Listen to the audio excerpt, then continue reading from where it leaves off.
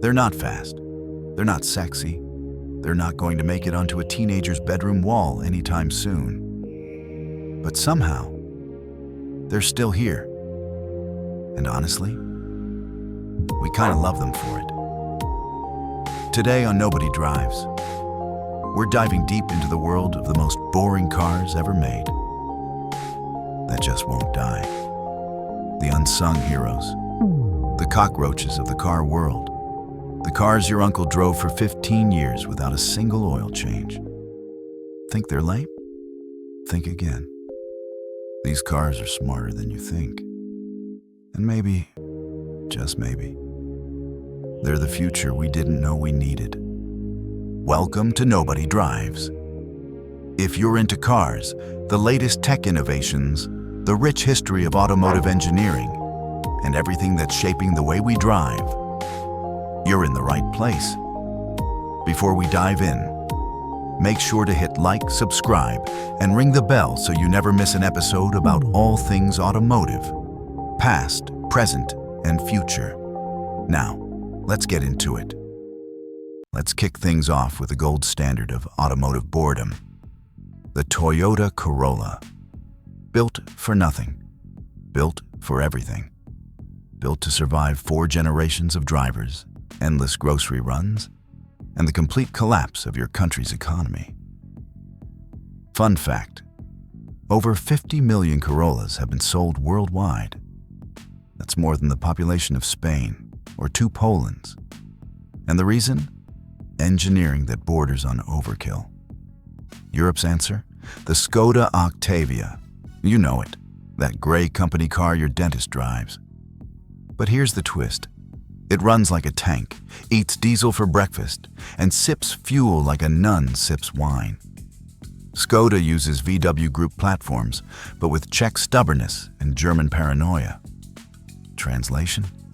These cars work. You know what survives the apocalypse? Cockroaches. You know what else? Old Peugeot 206. In France, you'll find entire villages powered by 20-year-old Citroëns that should have been scrapped 3 presidents ago. Why? Because boring cars get the job done and no one's trying to steal them. In the UK, enter the Ford Focus Mark 1. You could drop one off a cliff and it'd still pass MOT next week. The 1.6 petrol, immortal. The interior, bleak. These cars are bulletproof, not literally, but spiritually. They use simple engines, minimal electronics, and zero ego. No turbo this, no adaptive that. Just pure mechanical resilience. Fleet cars are like IT guys. Nobody notices them unless something breaks. And that almost never happens.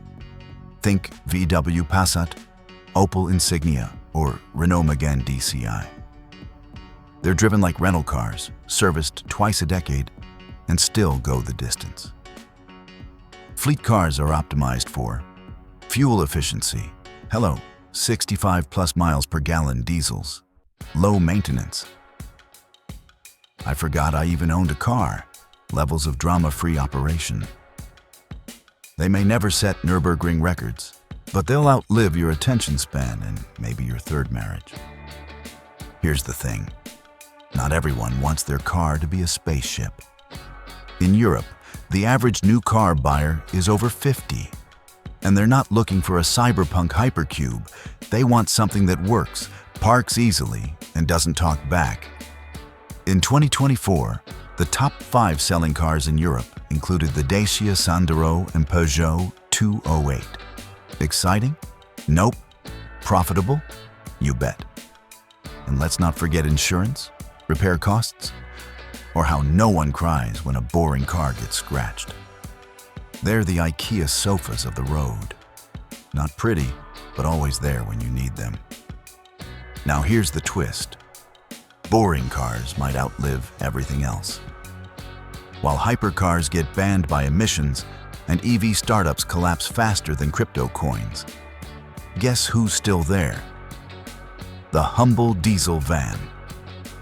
With the EU pushing for sustainable mobility, there's a market for simple, modular, recyclable cars. Think Citroën Ami, Dacia Spring. Low cost, low emission, and, well, boring. Maybe we don't need every car to be a robot spaceship. Maybe the future isn't thrilling. Maybe it's just functional. So yeah, they're not icons. They're not fast. But they're brilliant in their own boring way. Next time you see a beige Toyota Avensis with 320,000 kilometers on the clock, give it a salute. It's doing the job 10 new Teslas can't. And maybe, just maybe, boring is the new cool. Don't forget to like, subscribe, and comment. What's the most boring car you secretly love? Because let's be honest, we all have one. Nobody drives? These cars do. Every single day.